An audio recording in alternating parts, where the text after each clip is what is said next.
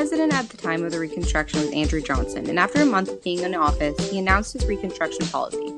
His Reconstruction policy primarily benefited the Union and oppressed African Americans. According to the textbook, the Black Codes, which varied from state to state, guaranteed limited rights to the freed people, while compelling them to work and dictating their hours of labor, duties, and behavior.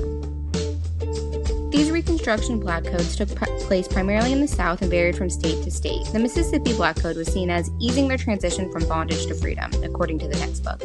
Although the codes were varied from state to state, one thing they all had in common was the restriction of freedom for African Americans. Once states met the requirements of Johnson's process of restoration, each state could elect new senators and representatives to Congress.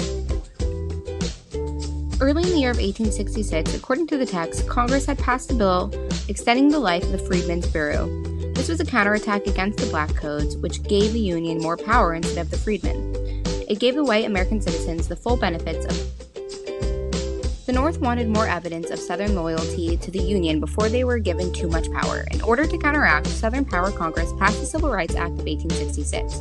While the 14th Amendment was put into place to give the American citizens freedom and equality, its promises varied in different states. According to the text, the amendment was an incentive to enfranchisement, but it did not guarantee equal suffrage. Southern whites bitterly noted the 14th Amendment did not substantially affect the northern states because so few African Radical Reconstruction, specifically the Radical Republicans, pushed to construct the South into their own ideals.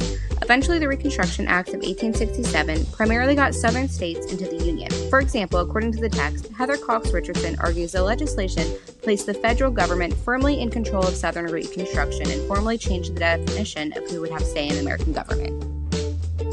New efforts were made for many freedmen to join the Union League, where former slaves debated ideals they wanted to be put into place in the new state's constitution. These new freed people desperately wanted land, so a compromise was put into place: sharecropping. Sharecroppers worked and harvested land and would give the landowners usually around 1/3 to 1/2 of the crops. Unfortunately, some Southern whites who became Republicans were discriminated against and referred to as scalawags. These Southern whites who supported African American rights were shunned from many white men. The impeachment in the election of 1868 came to be when radicals got fed up with President Johnson when he tried to ignore Secretary of War Edwin M. Stanton. Republican General Ulysses S. Grant defeated Seymour in a very close vote.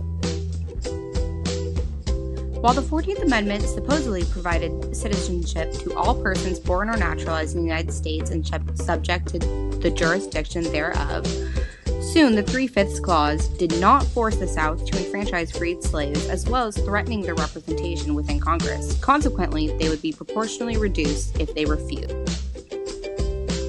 The 15th Amendment was put into place to prohibit states from denying African Americans and freedmen the right to vote, but not the right to be in office. Therefore, still benefiting the Union by keeping African Americans out of office, leaving whites in power. Violent racism rose by the end of the 19th century, and the Ku Klux Klan formed in the South. They violently killed African Americans and ultimately wanted to overturn the Radical Reconstruction. In 1896, the rise of Jim Crow laws soon calmed down race relations slightly.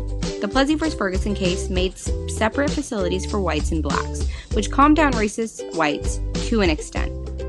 Overall, throughout this presentation, we have seen how the Reconstruction benefited the Union and white citizens far more than the African American.